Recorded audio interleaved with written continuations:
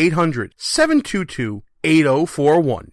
Who might you save? Your mother, your father, your husband, uncle, aunt, son. Learn FAST, F-A-S-T, the sudden signs of a stroke, and you could save. Your friend, teacher, boss. F, face drooping. A, arm weakness. S, speech difficulty. T, time to call 911. F-A-S-T. That's F, face drooping. A, arm weakness. S, speech difficulty. T, time to call 911. The sooner they get to the hospital, the sooner they'll get treatment. And that can make a remarkable difference in the recovery of your neighbor, the waiter, grandmother, grandfather. So learn FAST, the sudden signs of a stroke, then pass it on, because you never know who might save you. Your wife, your colleague. Spot a stroke fast. Visit strokeassociation.org, brought to you by the American Stroke Association and the Ad Council. Behind Enemy Lines. Back on the air. Gene Berardelli, back behind enemy lines with you. And folks, we've been talking about the rising of the voice of the angry America. The people out there who are fed up with government, have a negative view of government, are dissatisfied with services, or are just plain flat out angry out there in the world.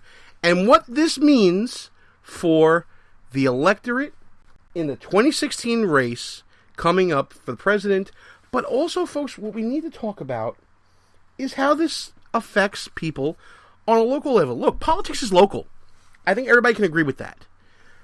And with politics being local, if your local government is not serving you properly, then that's just going to add to the anger that you have with government in general. And being from the People's Republic of New York City, I thought I would relay to the nation, all you out there in radio land, the whole idea of what's going on in New York with this idea of New York values. We've seen it as a hashtag throughout the interwebs, on the Facebook and the Twitters, for about a week now, since Ted Cruz started talking about it and since Donald Trump took exception to it. Listen, I'm a born and bred New Yorker. New York is in my blood. But I understand what Ted Cruz is talking about when he's talking about an angry America. And when he's talking about New York values specifically. I understand that what he's talking about is the culture, the political culture that has pervaded through New York State and New York City for decades. We don't have a two-party system here. I would dare say that the elections in Iraq have more of a two-party system than they do in New York City. And that's not an exaggeration, folks. That's just truth, because there are parts of this city that are just so hugely outnumbered, Democrat to Republican, that it is really not a fair two-party system anymore. And once you have them hooked on entitlements and quote-unquote free stuff, you have an electorate that will keep on voting for you to keep the gravy train going. That's the story of the People's Republic of New York City. It's the story of a lot of places. Chicago, Detroit, Baltimore, San Francisco. You could talk about it in a lot of places. By the way, shout out to our San Francisco listeners. We see you out there. We see you coming behind enemy lines with us, and we appreciate you being with us. Here's a perfect example of the culture of New York values in government. I was talking about the big snowstorm we had here in the city, over 30 inches over by me, and I'm close to the Atlantic Ocean, closer than most. Snow drifts 4 and 5 feet high. I mean, it's piled up pretty high. My back is still killing me from all the snow I had to shovel to clear my sidewalk, clear my parking spot, clear my driveway. I'm in a little bit of pain right now, in case you can't tell. But not in as much pain as those New Yorkers who have received little to no city services for snow removal throughout this storm. There are still streets here, many days after the storm, folks, that still haven't been plowed, that still haven't been cleaned, still haven't been cleared. People who were snowed in. There was a story about a woman being snowed in her car over the weekend, and they just removed her very recently. But what does government do when you hear a cry for a need for services? Well, here in the People's Republic of New York City, our mayor blames the citizens. New York Post widely reported that our mayor, Warren Wilhelm, I always get that wrong. Bill de Blasio, he changed his name, folks, to become more palatable for the electorate. Just saying. Bill de Blasio is blaming residents for their snow removal issues and why they haven't been able to get out of their streets. Blaming them for clearing off their cars and pushing the snow back into the street. when it's clear that these streets have not been plowed once. Or if they were plowed once, it was early on, and another 20 inches of snow fell on the ground. Government resenting its citizens. How dare they ask for services that they pay for? That's New York values, folks. Another example of New York values. During the same snowstorm, it was also widely reported in the New York Post that the fire chief had the sanitation workers working in the area remove the snow from his house. So here I am shoveling snow like a sucker. Here are my neighbors helping me out and helping each other out like suckers. And this guy who's getting paid on the government dime, getting paid with our tax dollars, is using city services to clear his house. Well, isn't that nice? Wouldn't it be nice if we all had our own personal sanitation department to clear off our houses ourselves too? Abuse of power. New York values. Another example of New York values. Also widely reported, Daily Caller, other outlets, the Speaker of the City Council, Melissa Mark Viverito, who, by the way, is an ardent Hillary Clinton supporter and wants to campaign for her as a Latina for Hillary, wants to decriminalize many of the quality of life offenses that 20 years ago saved this city and turned crime around. The whole broken windows experience of Bill Bratton, and later carried on by Bernie Kerik and Ray Kelly. She wants to get rid of all that. And Bill Bratton, who's back in the city, is okay with some of these offenses going by the wayside, becoming civil offenses, like public urination. That's not going to be ticketed anymore. Well, I guess that is in line with New York values. I mean, there is a public masturbation booth now on 5th Avenue and 28th Street. I kid you not, folks. But here we are again. Bad behavior. Some small drug offenses are included in this, not just public urination. I just picked that as an example. Bad behavior condoned. New York values. And here are the working class people of the city, many of whom are blue-collar workers, like, you know, your construction worker and, you know, your union member and your first responder, and many others who are, you know, in professional industries like myself as an attorney or financial services, whatever the case may be, all trying to play by the same rules, and all at the same time government telling us that we're the problem to why they can't do what they're supposed to do, that we should condone bad behavior when we see it, even though it's been proven that quality of life crimes do lead to larger and more violent crimes. We saw that in the bad old days of the late 80s and early 90s here in the People's Republic of New York City. And abuse of power. And those are New York values, folks. That's all there is to it. You know what? About time to take another quick break.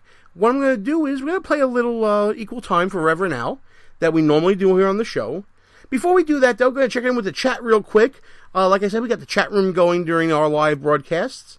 Dano, one of our resident chat regulars, checking in and going on and on about Trump fanboys girls threatening the whole idea, you know, the whole discussion that we left out about National Review writers and contributors going against Donald Trump, and how the war is on between National Review and those conservatives and what he calls all the Trump fanboys and girls, and he says it sounds a lot like what the lefties do.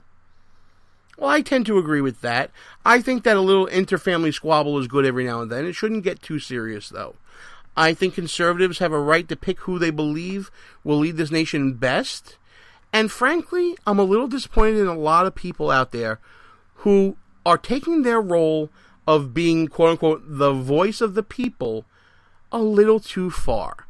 You know what? I got an internet radio show. I don't speak for anyone but myself. While I'm in a position to tell you who to vote for, who you like, who you don't like, who you should like, and who you shouldn't like, I respect my listeners enough to know that they had a brain in their head too, and they are just as independent enough and just as smart enough to pick who they want.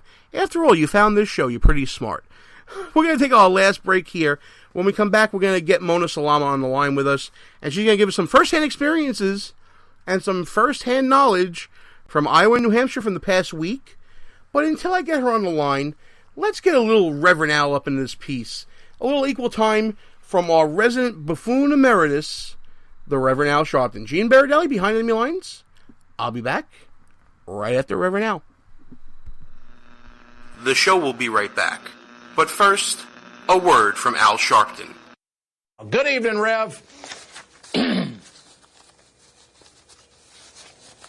Thanks Good evening, to Rev. you, Ed. Is this Groundhog Day 2? We are watching that was Attorney General Eric Holder, ABDs, about some Republicans at home are already beating the drums of war. Today, the Pentagon refuted that claim. And he said the American people do not want him to, quote, dwindling, they do not want him dwindling his thumbs. You can get a gig as a contortionist. Intravenous fluids and pills coated with gelatin. We don't leave our women or men in uniform behind. It's a monument to the hubris of Dick Cheney, Representative Raul Labrador. Years of abuse. I personally apologize to Mr. Peebles. Just ask to soon-to-be former Congressman. Democrats are outright jitty. CIA's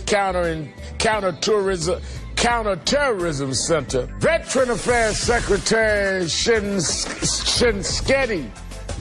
Why do I always mess up his name? Shinseki. I love my critics. I have fun with that. Politics Nation with the Reverend Al Sharpton starts right now. Good evening, Rev. Good evening, Dr. Dyson. But wait, there's more. And we will much about that be committed. So there's no real conflict. Michael Druniak, including Lincoln himself, Daniel Day-Lewis. Behind Monica Lewinsky, the one and only Trey Songz is here. But Allison Lundergan Grimes, Gina De Jesus, when Gina De Jesus, Tea Party challenger Matt Bivens. People don't want to have their Social Security overall. The Republican savior, Mark Rubio's big night. In evolution and Galileo, this whole thing of Galileo, America's changed. Unless IT and Skillets, President Putin doing something similar back in, it won't change this fundamental fact about the GOP. Just how absurd these attacks is. Nearly 6 months after the dangerous traffic jam, the Thai military says, my friend for many years, Ilyana Van Zandt. There's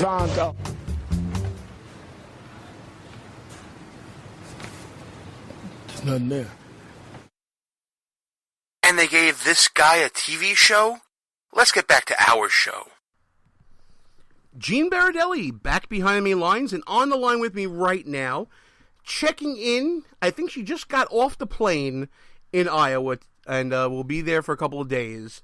Mona Salama from Politichicks. Mona, you there with us? Hey, what's going on, everybody? Hey, Mona, thanks for joining us right now. I know you just got off the plane, so we're not going to really talk too much about your experiences in Iowa, because basically your experiences include the airport. Let's talk about... I just got off Go ahead. You just got off your plane? Yeah, I just got off seeing Ben Carson's event. He had a event in a church. So it was nice that I actually went to church, so I don't have to go to church for a week. All right. I'm glad that the whole building didn't shudder when you walked in. But you know what? We've been talking today on the show about the rise of the angry voter in America. You've been traveling around the country. You're currently in Iowa. You've been to New Hampshire, you've been to South Carolina, and points in between.